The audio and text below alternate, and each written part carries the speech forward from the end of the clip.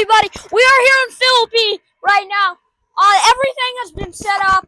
My weather station, everything. We're gonna get some bad weather today. Possible hail will start happening. We have possible hail.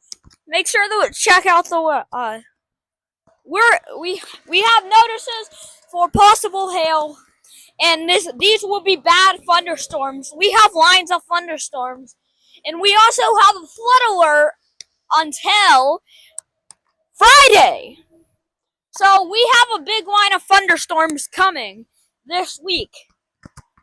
Everybody, you'll need to take shelter if you see stuff bouncing off roofs or concrete or anything else. That means you have hail. That means you need to get away from windows, because windows will shatter on contact. If you have mesh on them, it should be okay. It'll help that a little bit, but it won't